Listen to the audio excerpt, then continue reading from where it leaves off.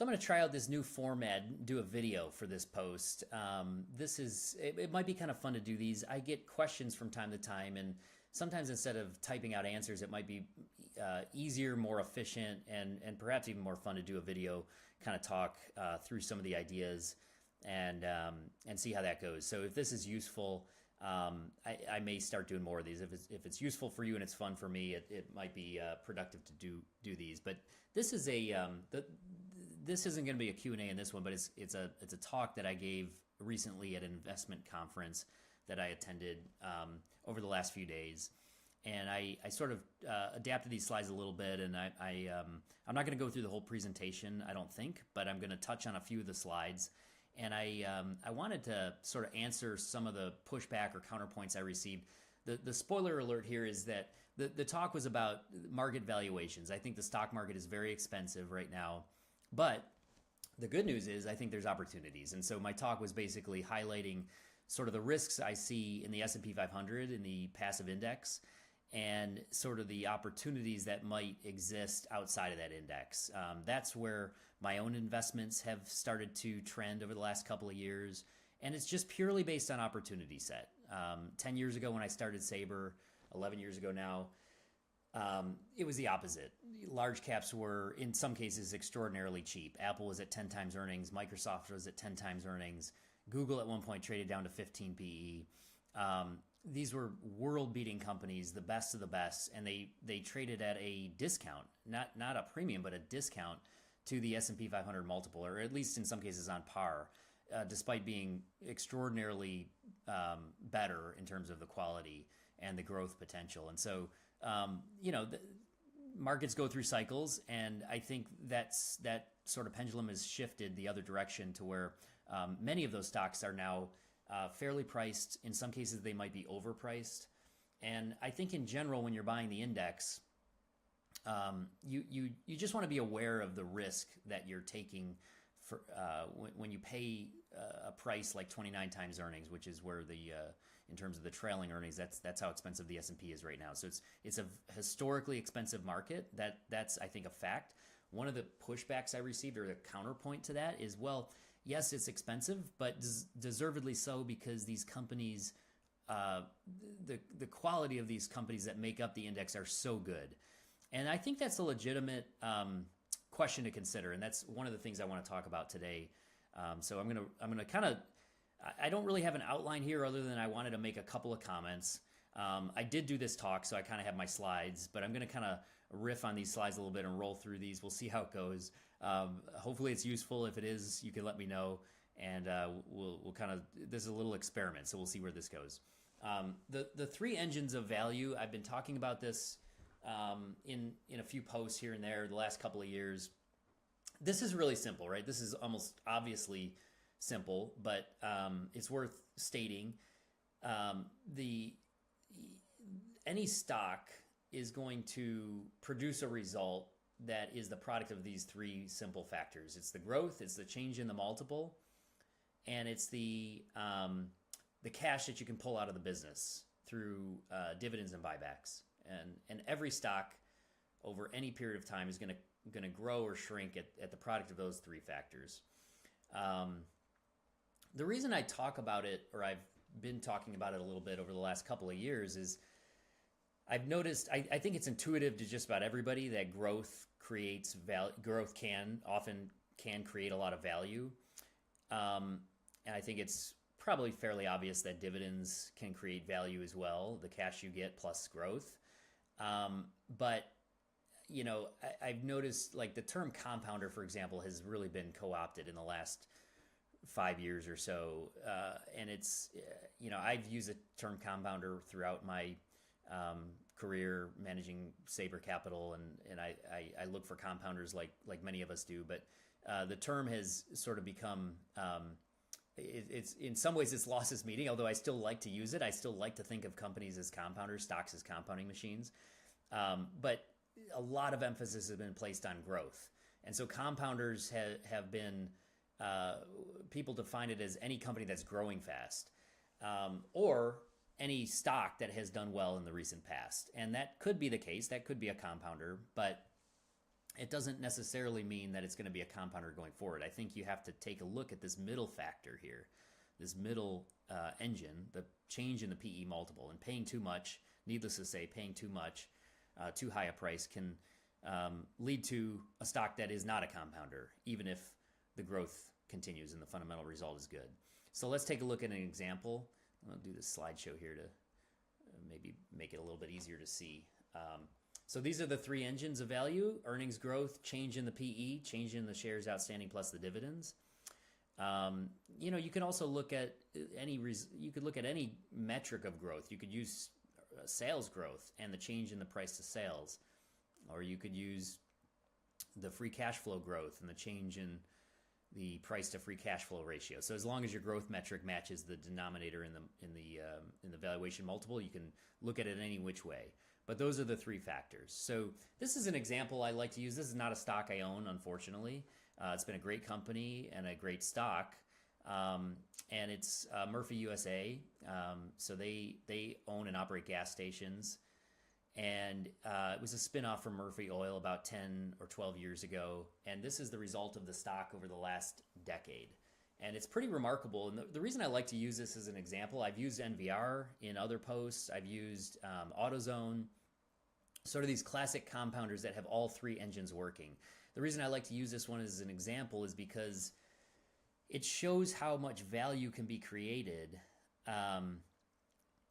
when you have adequate earnings growth, and also you get a little bit of multiple appreciation as well, and you also get the benefit of the capital return engine. So you have all three engines working, and I think a lot of companies can grow at 8%, but they require most or all of their earnings to achieve that 8% growth. Another way of saying that is it's just a average return on capital business, right? Murphy USA is a very high return on capital business because it can grow at 8%, and it only needs maybe half of their earnings. It retains a portion of their earnings to grow, to achieve that growth, and it can pay out the rest. So one of the things that I think is really undervalued in the market is this simple equation right here. A company that can grow while also paying out its free cash flow to shareholders, or at least some of it, right? And Murphy USA for many years traded at around 10 PE, and if it needed, I'm using rough numbers here, but if it needed if it needed to retain a third of those earnings to grow, that means it traded at roughly a 7% free cash flow yield. So it retained a third, it paid out the other 2/3, and you get a 7% free cash flow yield plus whatever growth is achieved, which in this case was 8%. And those two factors are additive. They're not either or, right? Most companies have to retain most or all of their capital to grow. So this is a really valuable case. It's like a company like Visa is an extreme example where literally they take no capital to grow, other than they have made some acquisitions here and there in recent years, but their core business takes no capital. And if you get 10% growth, they're taking a cut on sort of nominal GDP plus taking some market share from cash, and you get a 10% growth rate plus whatever free cash flow yield you pay for the stock. You add those two together, and that's your compounding effect. And so that's like See's Candy. When Buffett bought it for $25 million, I think he's probably received upward close to $2 billion in cash flow, I'm guessing. Probably between $1.5 and $2 billion in cash since he bought that for $25 million in the 1970s, and that's because it was able to grow while paying out dividends over all those years. So this is just an equation to keep in mind. Some of these stealth compounders that stay cheap enough. That's the secret ingredient. They stay cheap enough for a long enough period of time to reduce their share count while also growing steadily. So let's take a look at the S&P. Now that we've talked about the three engines as an example, we can also look at the S&P as if it's a stock, right? And essentially it is. You can buy the S&P 500, and you can look at these three drivers. So over the last 10 years, the S&P has done about 13% a year, and it's 6% came from the earnings per share growth. In this case, I'm combining the change in the shares outstanding just to give you one metric. But the EPS growth was around 6. The PE multiple expanded from 18 to 29, And this is a trailing. I'm using the actual earnings, so I'm not. I think there are various adjustments out there. I don't like to look at forward estimates because they tend to change so much. And I think for comparison purposes, it's simple to just use the trailing earnings. You can compare it across time that way. It does fluctuate, but it's a useful metric when comparing the S&P against its own history. So this obviously has been a major tailwind for the market, a 5% per year tailwind just from the PE going up. So a third of the return over the last decade has come from that PE engine. So the obvious question becomes, well, 29 is an expensive price. What if that PE goes back down to 18, or goes somewhat lower, reverts sort of to the mean? That's the big question. So we can look like over the last 100 years. Many of you know this. It's been talked about a lot. The S&P median PE's been around 15 or 16, and that's you can kind of look at this chart. This chart isn't overly helpful because it's looking at the trailing earnings, the trailing S&P earnings, which obviously during a recession, when earnings go negative or go down a lot, the PE multiple on a trailing basis obviously spikes. So this isn't a great chart. This is a better chart to look at. So this kind of shows you the price to peak earnings ratio, the PE ratio, just based on peak earnings. I want to give this person here credit. Charlie put this slide together that I found from Twitter. That's his Twitter handle there. This is where this chart comes from, which I thought was just a helpful look. Now, this doesn't go back 100 years. It goes back 40 years. But you can see, like, this is the most expensive we've been, 26 times peak earnings, the most expensive we've been since 1999.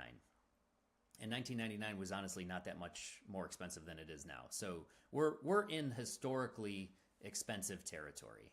And you can see, over an average period, 17 PE is sort of the average over the last 4 decades. So I think any way you slice it, the market is expensive. So the pushback I received, and it was gentle pushback. It was more of a discussion. We had some really good discussions this weekend with some of my friends and some of my colleagues, people I know, and it was really interesting to discuss this. And there were a lot of good points made, but one of the points that came up a lot in discussion was, well, yeah, the market's expensive, but look at the quality of these companies. They're just incredible, world-beating companies.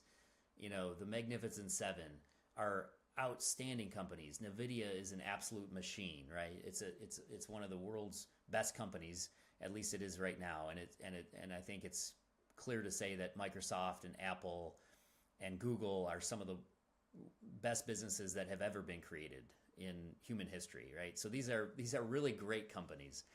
But the thing that I wanted to talk about is sort of a pushback to that counterpoint is, as investors, what we need to know when we're paying a high PE ratio is what are we getting for that, right? Price is what you pay, value is what you get. So it doesn't make a lot of sense to me to accept a lower return unless a lower current cash return, a lower yield, and that's what we're getting when we pay 29 PE, right? We're getting, and that's the earnings yield. These companies have to retain, on average, the S&P 500 is not paying us all of those earnings out. It's retaining roughly half of those earnings. We're really only getting around a 2% free cash flow yield. So when you pay a price for a stock, in this case the S&P 500, and you get a 2% free cash flow yield, you need to ask yourself, well, what are you getting in exchange for that?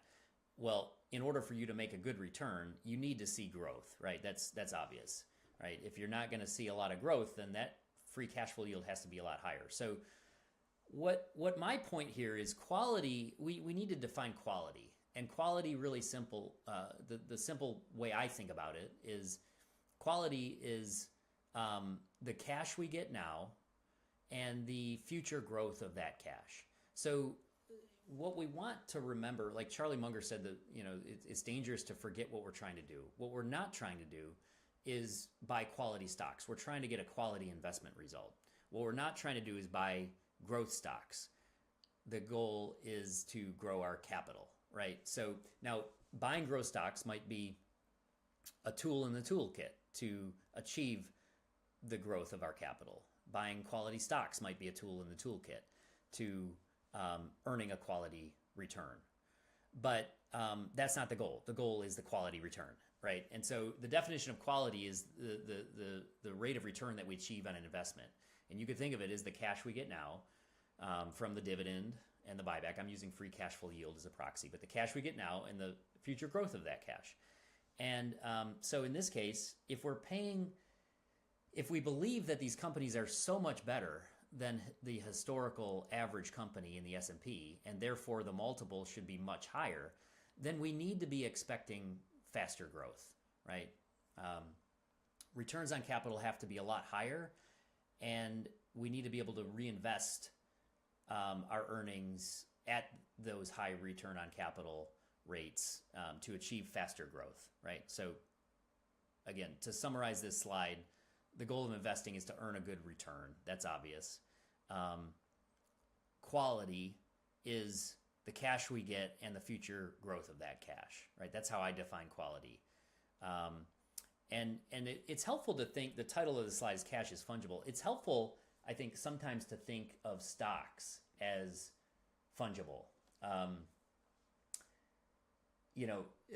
Stocks, sometimes I think of stocks as like cash coupons, fungible cash coupons. Now, the companies themselves, of course, are not fungible, but the cash that they produce is fungible. So that's a helpful way to think about it. It kind of cuts through, we shouldn't take comfort in how stocks make us feel. We shouldn't take comfort in, knowing that a lot of other people own these stocks, or that these stocks are considered blue chips, or they're part of the Mag 7, or we use the products as a customer, or they're big, well-followed companies like Amazon and Microsoft and Apple. All of those things could lead to an investment that works out, but that's not what creates the quality. The quality is the cash and the growth of that cash that those assets produce. So that's something that I think is important to keep in mind here. Okay. So what is the growth, right? So if the quality is the current cash yield of 2% plus the growth that we're going to receive, well, what does that growth look like? Or what do we think it will be? And this is a chart that's pretty interesting. You can see that it's very lumpy in any given year. Recessions, earnings drop a lot. This right here, this huge drawdown. This is a chart of earnings per share growth in the S&P 500. Okay, so this is going back throughout history over the last 100 years. And you can see it's lumpy in any given year, any couple year period during a recession. But over time, it's pretty consistent, at least since the Great Depression, really since the post-World War II era. We have averaged roughly 6% growth. It's remarkable when you look at the 10-year periods. 10-year period, 6.3% CAGR. 20 years, 6.3%, identical. 30 years, 6.7%. 43 years, 6.1%. I chose 43 because 1981, as I said in the conference, 1981 was a big year for me. So I wanted to look at a 43-year period instead of 40. A lot happened in 1981 for me. It was a productive year. And okay, so this chart compares, there's a lot of numbers on this screen, but what you want to look at is, notice how consistent the earnings per share is. And then, obviously this is, I think, needless to say, the multiple bounces around a lot more than the earnings do, right? So we can see, though, over the last 10 years that earnings grew at 6%. And that was a decade of these world-beating companies growing at very fast rates, right? Now they're much bigger. And I think it begs the question, do we expect these companies to grow even faster? Is growth going to accelerate now that these companies are 10, 20, 30 times the size in some cases? I think it's a very difficult case to make that growth is going to somehow all of a sudden accelerate from where it was over the last 10, 20, 30, 40 years. I think it's pretty predictable. So my view is the multiple is always hard to predict. You can't predict where stock prices are going to go over the next year, 2, 3 years, 5 years even. But I do think you can predict where earnings are going to land, earnings growth. And, it might not be 6, it might be 7, it might be 5, but I don't think it's going to be 10, right? It's not unlikely to be 2. So it's more likely to be in and around this range over the next decade. It's going to be lumpy in any given year, but over the next 10 years, it probably will be around this 6%. So if we assume it did what it did last decade, 6.3%, and the PE goes from 29 down to 18, that's almost a 5% per year headwind. And so with dividends, that leaves you with a 3% return in the stock market. And so this is not a prediction. By the way, I forgot to say this at the top, but this is not, first of all, you should not take an investment, you should not make an investment decision based on this talk, based on anything I'm saying here. We're going to mention a few stocks. None of these stocks are investment recommendations. And citing some of these facts that I'm laying out here is not a suggestion that stocks are going to fall or that stocks are going to crash. Certainly, I don't have any good reason to believe that stocks are going to crash. Inevitably, we'll have some sort of a drawdown, a recession at some point. But this is not anything that's imminent, right? I'd probably be more surprised if we got a 25% drawdown in the next few years versus a 25% up or something. Stocks were expensive in 1996. They probably doubled by 2000 before they crashed, right? And then they halved. And so from 1996 to 2009, stocks went nowhere. But it doesn't mean they were flat. They went up a lot, they went down a lot. They went up a lot, they went down a lot. So that something like that is more likely to happen, I think. But again, this doesn't mean that it's imminent. So I wouldn't rush out and sell your stocks. It's just trying to highlight the risk that you have when you pay 29 times earnings for stocks. So this is the risk, right? The risk is over the next long period of time, 10, 15 years, you might see returns that look quite mediocre. It's possible that they even underperform cash. How do you get better than this return? How does your return end up better than this? Better than 3%? Well, you got to achieve the same growth, and you got to hope that the PE multiple stays where it is, right? To get 6% plus the dividend, so 8% returns, you would need the multiple to stay where it is. It's possible that happens, but I think base rates would suggest that it's unlikely. And so this is a chart kind of for fun to look at. Like this is when I was born, stocks traded at 7 times earnings. Stocks now trade at 29 times earnings. Again, judging by the S&P 500, that is a 3% per year tailwind over 43 years. So that's quite a tailwind. Is it possible that I think it's very unlikely that stocks go back to where they were in 1981. Interest rates were sky high when I was born. They were in the mid-teens. They even reached, I think, 18% at one point as Paul Volcker was trying to break inflation, which he ultimately did.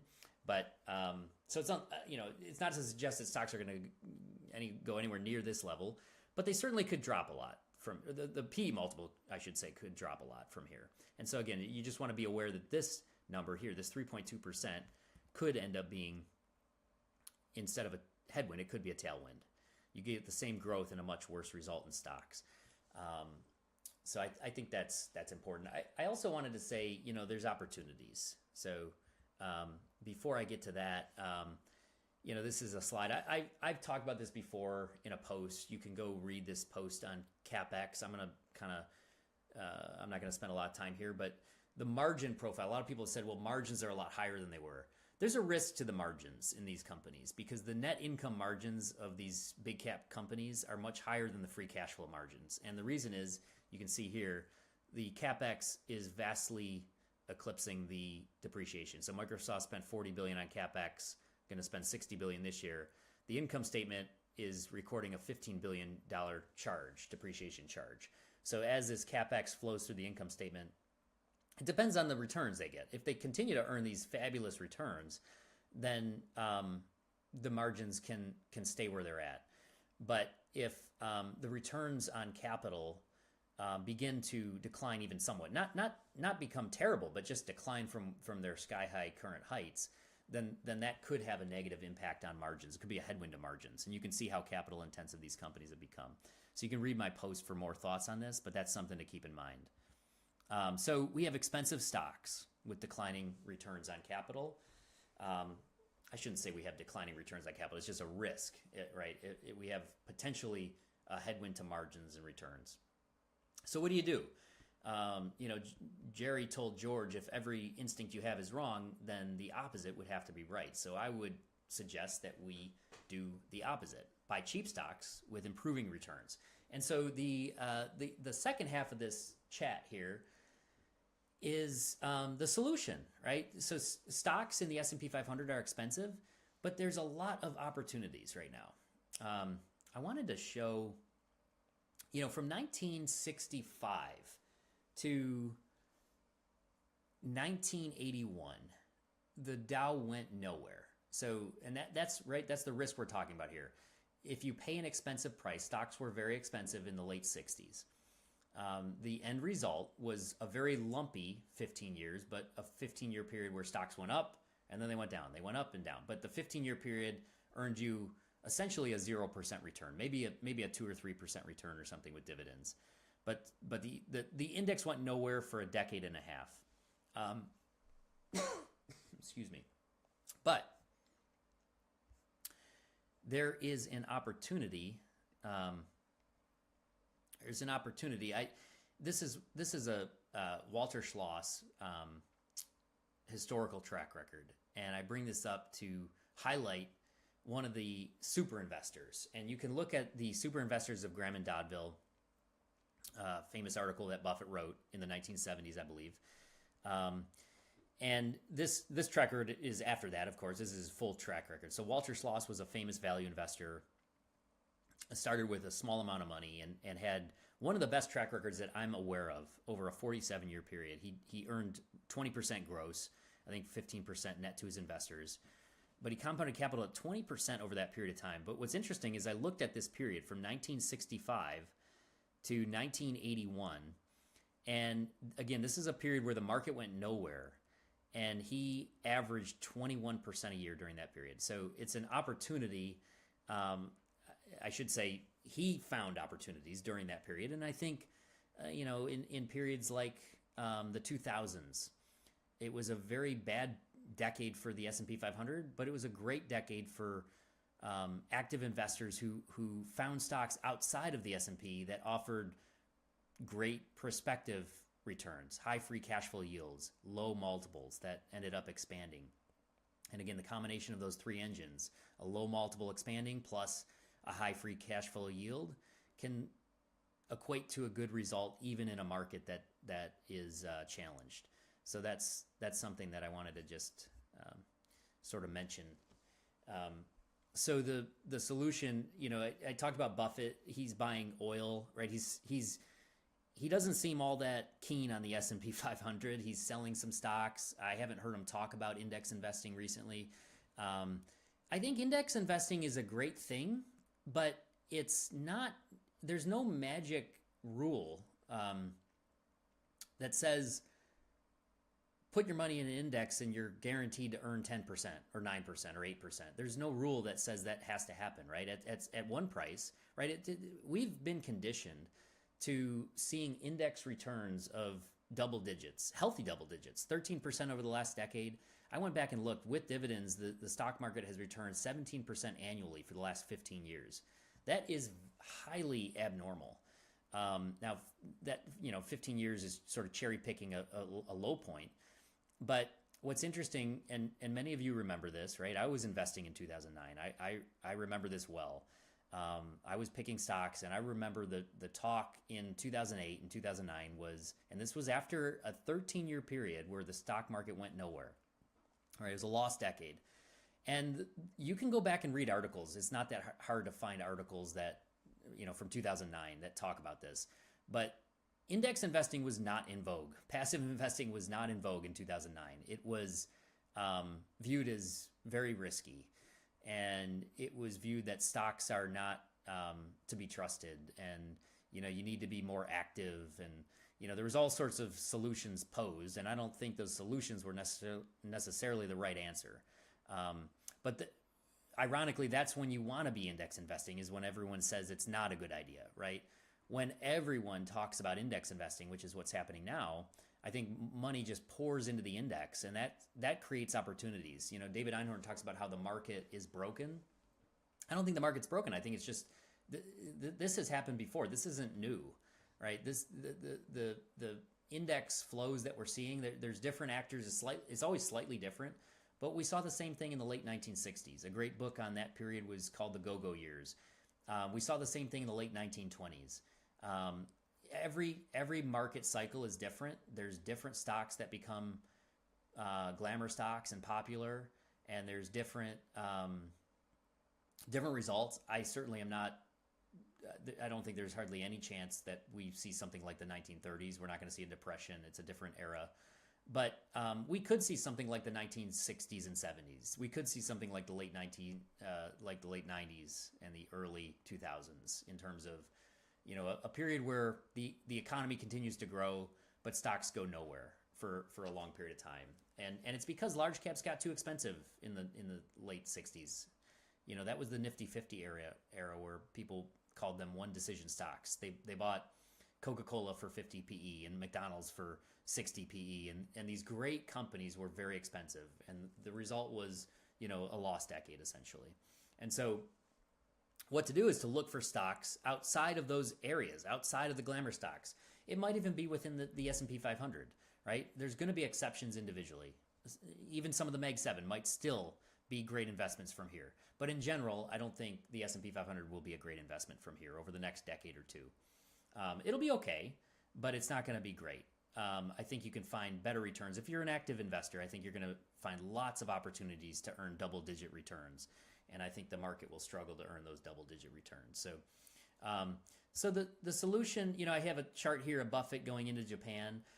Why did he go in Japan? You can read this post for more of my thoughts on this, but I think two common themes he saw in Japan was improving, number one, low valuations. Number two, improving capital allocation. How does that manifest itself? Rising returns on capital, right? So he saw cheap stocks with improving fundamentals. And you can see the result of this investment has been fabulous, 44% over the last 4 years or so. It's been great. So this is a general idea to just something for like food for thought here. One place that I've found opportunities over the last few years, stocks that are undergoing a change in capital allocation, like the strategy changes. So this could come from a company changing its buyback policy, changing its views on acquisition, a change in CapEx, could result from a new management coming in and changing the strategy.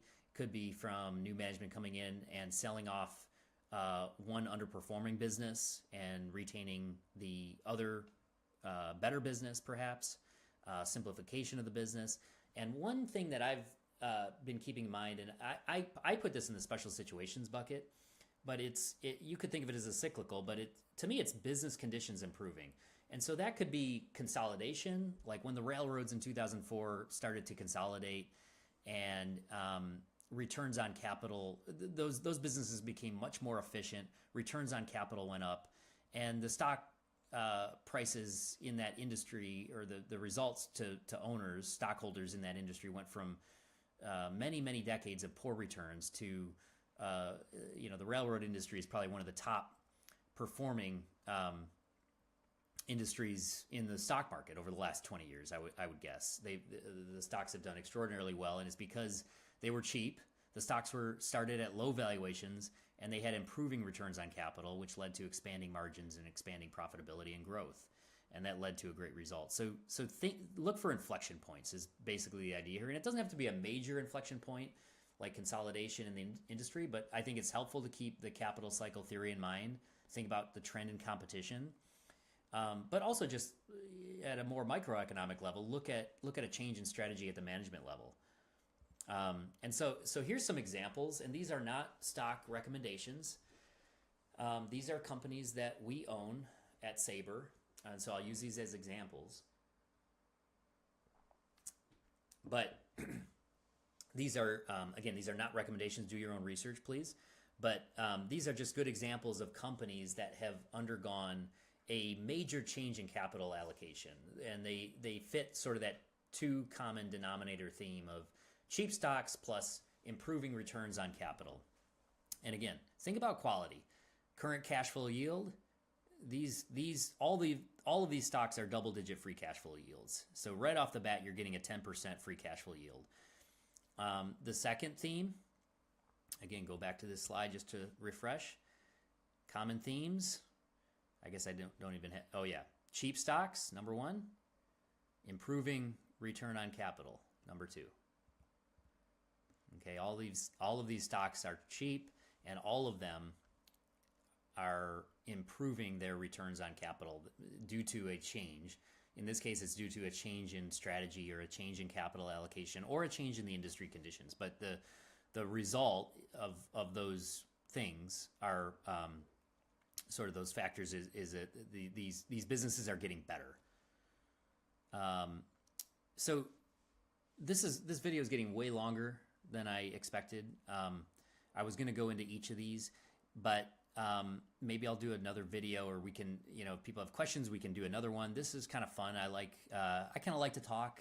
I kind of like to, I have these conversations with friends, and it's a lot of fun to do these. It was a lot of fun to attend this conference and kind of do this talk and engage in feedback and things. But these are some examples that maybe I'll touch on them very briefly, and then we can go into more detail on them in a future post. But NRP is a company that owns 13 million acres of mineral rights. And it went from a heavily indebted company 8 years ago to a just basically a debt-free company now. It's just about debt-free. A year from now or less, it'll be debt-free. And all of the cash will be returned to shareholders. I think I have a kind of a, this shows you the cash flow. There's a lot of numbers here, but you can look at the cash flow yield. So, this is based on the average 10-year free cash flow that the business produced. So it's a 19% free cash flow yield based on that average. It's a very cheap stock, and this is a pure royalty. So they take a royalty on all of the value of the commodities that get pulled out of their acreage, and it's 90% profit margin. So it's a very highly profitable company in a and it has a reserve life of multi-decades.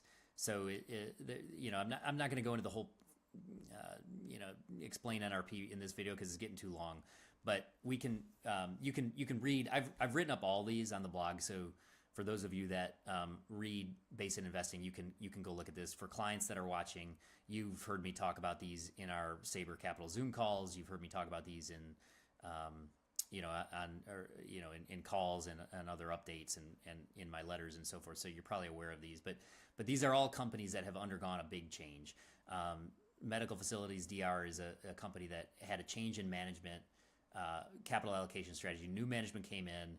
They said, we're going to sell off these non-core assets. We're going to reduce debt. We're going to buy back shares, and we're going to improve cost efficiency at corporate headquarters. And they've done all four of those things. They've bought back 25% of their shares in the last 2 years, and they're buying back shares every single day in the market. And it trades at a double-digit free cash flow yield. And there's some modest growth on top of that. And so these are ideas that are just, again, not recommendations to you shouldn't run out and buy these. You shouldn't run out and buy anything that I'm talking about here, but you should just look at these as like examples of companies that, number one, they're examples of cheap stocks in an expensive market. And there are a lot of these. There are a lot of opportunities out there. A lot of opportunities that I'm still trying to find and uncover and become aware of. But these are examples of, I think, good, durable, quality companies that are cheap and have improving fundamentals thanks to a change in capital allocation. Okay, I'm going to leave it there. I wanted to talk about these others, but we'll talk about them next time. This is, I